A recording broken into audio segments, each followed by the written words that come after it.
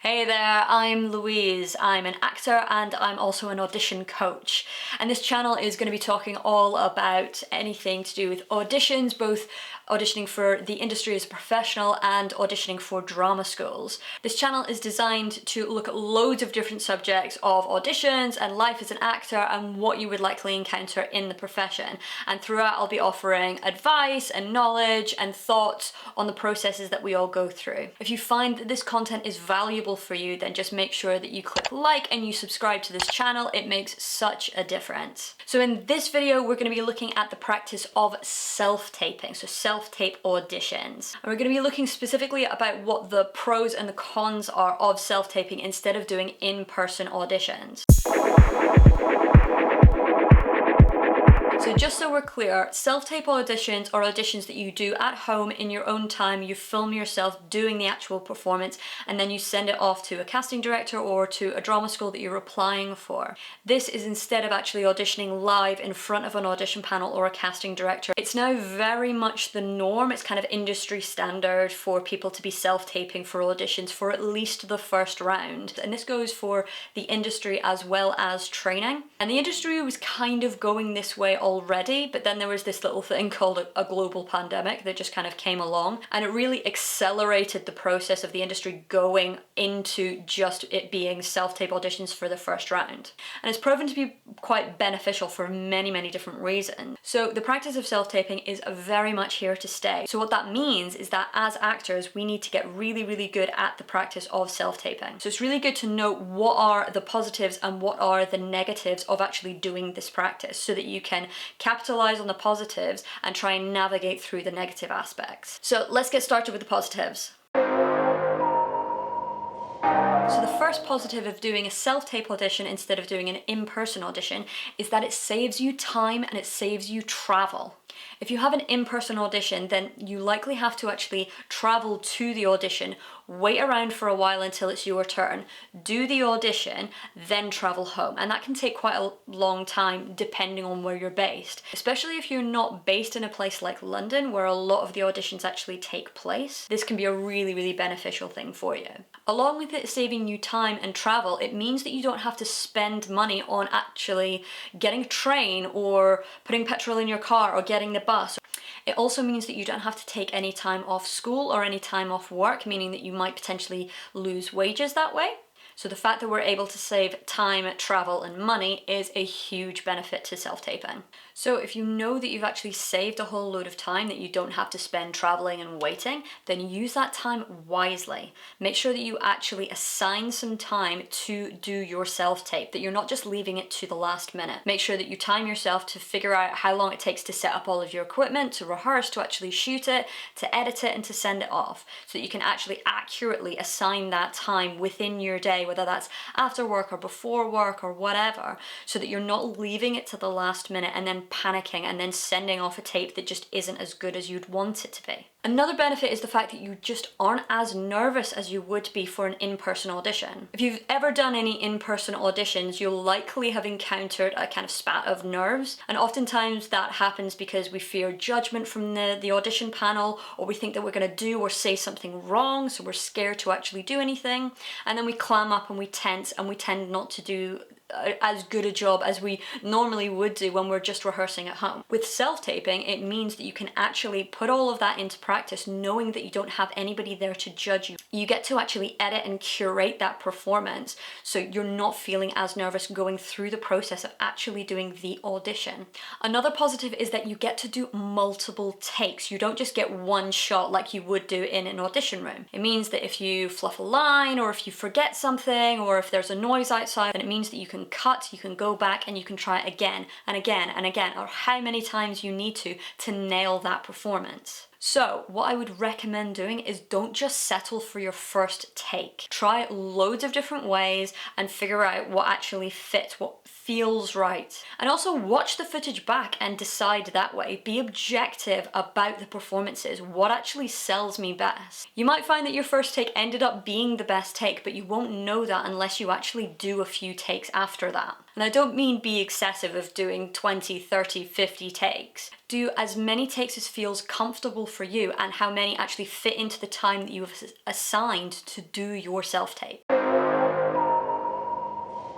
So here are some of the negative aspects to self-taping. Now, sadly, some of these just aren't avoidable, but there are ways of actually kind of downplaying them a little bit more and navigating through them to give yourself different options so that you're actually still giving the performance and the tape that is going to sell you best. So the first negative is you just don't get much of a feeling for the people and the school or the environment or the job that you're actually auditioning for. You're just kind of taping at home and hoping that whoever is on the other end are nice people that you want to work with them, or it's the school that you really, really want to go to. So what I would suggest doing is really do your research. If you're auditioning for drama school, then make sure that you scour through that website, making sure that, oh, okay, so they do this kind of aspect of training and they approach this in a different way.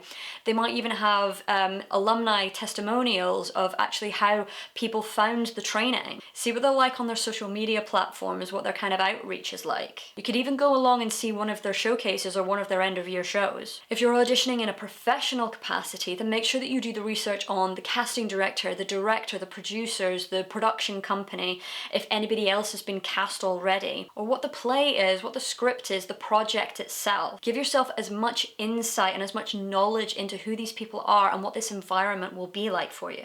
The audition panel also don't get much of a sense of who you are. In an in-person audition, you usually have a kind of little get-to-know-you chat at the very beginning where they'll might just ask you about your day or how you traveled here or where you come from. But it just breaks the ice a little bit and it gives you an opportunity to get to know them and it gives them an opportunity to get to know you. With self-tape, sadly, you just don't have that. So what I would suggest doing is always do a little ident or a little kind of intro to your self-tape. So this is a little clip that would happen just before you actually launch into the performance itself. And all this needs to be is just you saying your full name, the agent that you're represented by if you have one, if it's a professional audition, or the course that you're applying for if it's a drama school audition, and just saying thank you so much. That can be enough for the panel to actually get a sense of who you are as an individual. Because without that, all they're seeing is you being the character. And they want to get a sense of who you are as a person, because it might be a 4 or 5 week rehearsal period, or it might be a 3-year long course that you're applying for.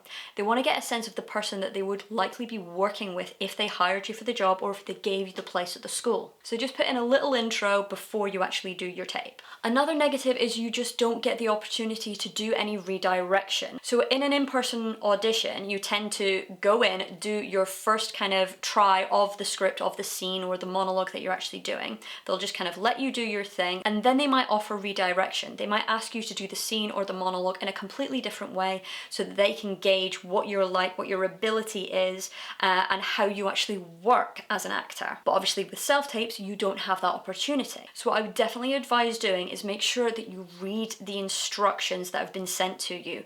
Read the casting breakdown, make sure that you read the script and that you're fulfilling the brief that has been sent to you. If you have kind of read the brief and understood the character, then that is what you're going to go in with. You're going to go in with the evidence that you've kind of gleaned from the script, and you're going to be giving the casting director or the audition panel what they want. If you haven't read those instructions, then you're just going to be going completely off track, trying something in the moment that just doesn't make any sense, and that will likely count against you. Obviously, if you had a completely different interpretation that was wrong in the sense of the audition, then the redirection could fill that out. But without it, you want to make sure that you're as close to the mark as you possibly can be. Another thing that could be seen as a con for self-taping is the fact that you don't have a panel there. You don't have an audience. You might just be completely by yourself in a bedroom doing a monologue or doing a scene and just hoping that you've kind of got that feel of actually speaking to a person. So instead of just struggling along and trying to do it by yourself, actually make sure that there is a person behind or beside the camera that you're actually speaking to. By speaking to a real person, it means that you're not suspending your disbelief and making even more of an imaginative leap to actually say, oh yeah, I'm actually speaking to a person, when in fact you're speaking to a wall. Cut out the middleman. Don't kind of stretch yourself too much with that imagination. Actually have somebody there and talk to them. It will seem so much more believable. And another thing that people might see as a negative, but I actually see it as a positive, is the fact that you have to pick up some additional skills. If you haven't done any kind of filming before, you're going to need to get to grips with how to actually film something, how to potentially light something, how to make it sound good so that it is looking and sounding visually and audibly appealing, so that it's putting your best foot forward, making you look and sound really, really good, and it's likely to kind of catch the attention of the casting director or of the audition panel. You're also going to have to learn how to edit all of your material together, because you only ever want to be sending one clip, and how to be uploading things to a particular platform or to actually just kind of send it across directly. Now, as luck would have it, I happen to be working on a self-tape course at the moment. It's something that you can work through in your own time, at your own pace. The course is divided up into sections, and each section will have a theme. So one will be kind of on framing, of actually how to make your frame look really, really good. And another section will be on, okay, well, what clothes should I be wearing that actually look really good on screen? Along with giving you worksheets and check sheets and scripts and tasks along the way, so that you can actually put that knowledge that you've just learned into practice immediately. It is a surefire way to actually up your skills in terms of your self-taping ability, so that you're constantly putting your best foot forward when you're self-taping for professional auditions and for drama school auditions. So what I would recommend doing is actually signing up for the newsletter on my website. So go to lmccoach.com and sign up for the newsletter. By doing this, you're going to be the first person to actually find out when the self-tape course goes live. So, in conclusion, there are some definite positives for self-taping, things that you definitely have control over and that you can capitalize on to put your best foot forward for self-taping for the profession and for drama school auditions. And there are also some things that might trip you up along the way. And it's really good to know those things so that you can navigate around them. But regardless of whether you like or you don't like self-tape auditions, or whether you find it a positive or a negative experience, self-taping is very much here to stay. And it's a skill that needs to be practiced. It's like going to the gym and building up muscle. You need to constantly be practicing and practicing self-taping in order to get better at it. You don't want to be getting in a request for a self-tape from a casting director or from a drama school and have no idea what you're doing. It's going to take loads of time away from you from actually doing the performance that you want to concentrate on, because you're going to be figuring out all of the different kind of technical aspects of what it takes to self-tape. So get ahead of the game on that one and actually practice well in advance. I hope you've enjoyed this video, and if you found this information valuable, just make sure that you like, that you click subscribe,